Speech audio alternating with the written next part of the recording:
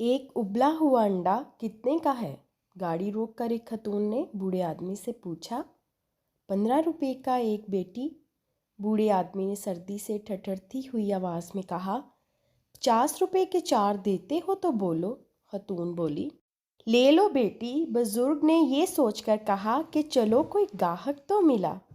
अगले दिन खतून अपने बच्चों को लेकर एक महंगे रेस्टोरेंट में गई। सब बच्चों का मनपसंद खाना ऑर्डर किया। खाना खाने के बाद जब बिल 1900 रुपये आया तो जेब से 2000 रुपये निकाल कर दिए और कीप द चेंज कहकर चली गई।